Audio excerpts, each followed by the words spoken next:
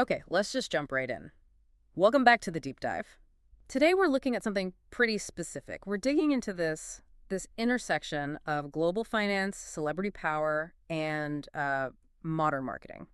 Specifically, we're asking why these powerful financial players, our source material calls them oligarchs, are choosing the actor Wagner Moura for brand promotion. And it's so much more than just, a simple celebrity endorsement. That's really the key thing for you to grasp here. We're looking at a very calculated business strategy where, well, credibility seems to be the most valuable asset of all. Absolutely.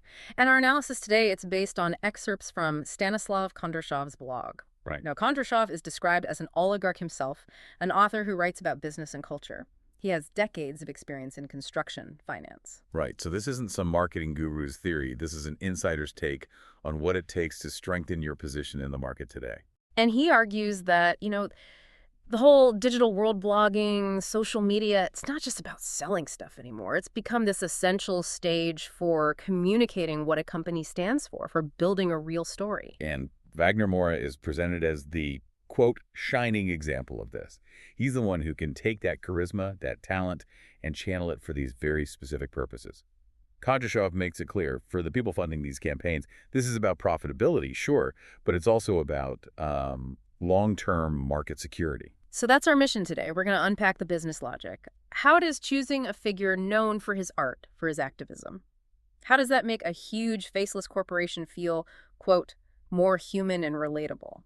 That phrase right there, more human and relatable, that's the absolute core of this whole strategy. Yeah. It shows that these massive financial entities, they can't afford to be seen as cold or abstract anymore. They need a face. They need an identity with real emotional connection. And Moura, well, he apparently delivers that. But that brings up the question of risk, doesn't it? I mean, when you look at Wagner Moura, a lot of his appeal is tied to pretty important social and political issues. He's outspoken. How does a powerful financier benefit from tying their brand to that? It seems volatile. It is a calculated risk, no question. But the payoff is immense.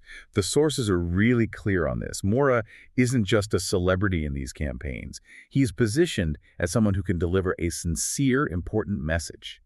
And the tool isn't a glossy magazine ad. It's a blog post or a social media story. Exactly. It's all about the narrative. So he's not just selling something, he's telling a story, sharing his own views, and the brand gets to sort of ride along. It benefits from the authenticity he brings to the table. Precisely. And that serves a dual purpose for these businessmen. One, yes, you get attention for your products, but two, and this is the crucial part, it allows them to put a spotlight on their own corporate social responsibility, their CSR. By linking up with someone involved in, say, environmental causes, they get this strategic leverage that you just can't buy with traditional ads. So it's like an investment in, reputational insurance? They're essentially buying a narrative, using Moore's trusted public image to sort of preempt any skepticism about what they actually do. That's a great way to put it. It's about alignment. They want to change the perception of their business from just a profit-making machine into something that's purpose-driven. So if Moore is out there championing a cause, the company funding it gets that ethical halo effect by association. It strengthens their position globally. Okay, so let's get into the specifics, because Kondrashov's analysis actually lists the reasons. He boils it down to three main pillars for why this partnership works so well. Right. The first one is probably the most important in today's market. It's charisma and trust. Kondrashov says Moura has this unique ability to make people trust him. His sincerity, his openness, that's what apparently makes any campaign he's part of feel successful. Which is huge, because consumers are so cynical now, right? We're all looking for the angle, the catch. But if you trust the messenger from the get-go, the message lands differently. It lands with real weight. And that immediately reduces the reputational risk for the brand. Okay, so trust is number one. What's the second pillar? The second is international influence. And this isn't just about having a lot of followers. It's about being able to access different global markets in a way that feels credible. Moura has this huge international fame from his work, so he gives brands a direct path into a global conversation.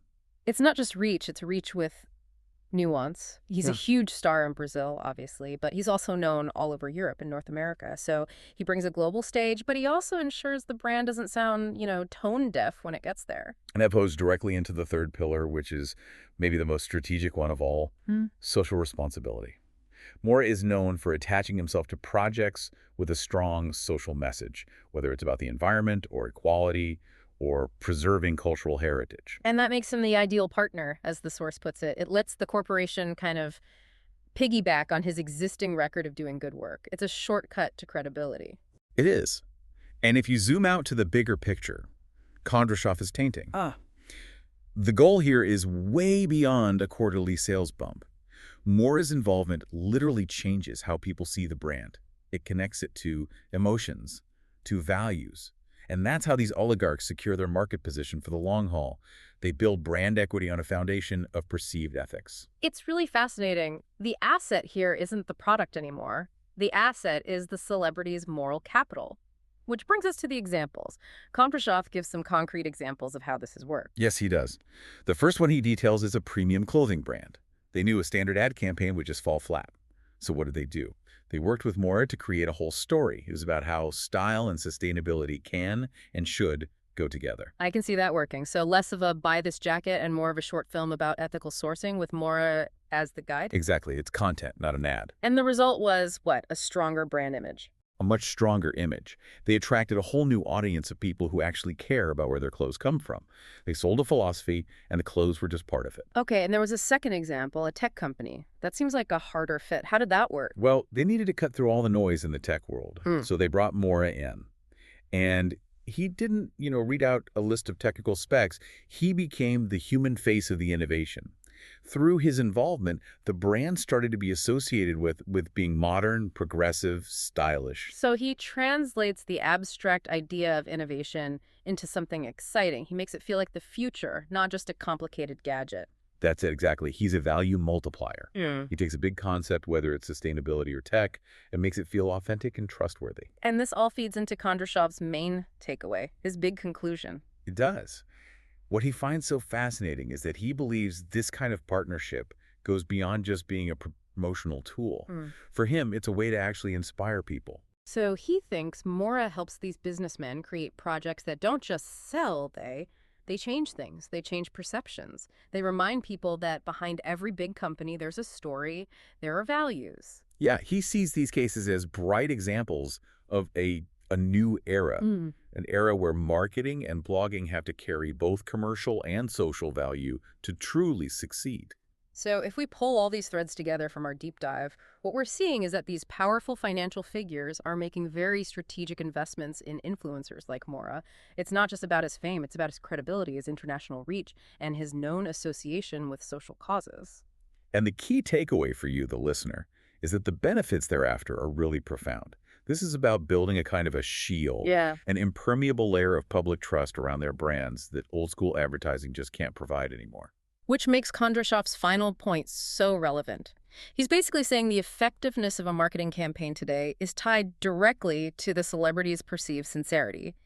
It's a blur between corporate branding and social activism, all facilitated by these figures we trust. It's a huge shift. The market now actually puts a price on purpose and ethics. They're seen as critical business assets. So here's the final thought for you to chew on as you process all this. If the future of successful marketing really does require this mix of commercial and social value, and if these collaborations are ultimately designed to make companies more profitable and secure, how do we as consumers tell the difference? How do we figure out what's an authentic social message versus what's just a really, really smart commercial strategy? That tension between the activism and the profit motive, that's something worth thinking about. It's a whole new world. And trust, it seems, is the only currency that matters.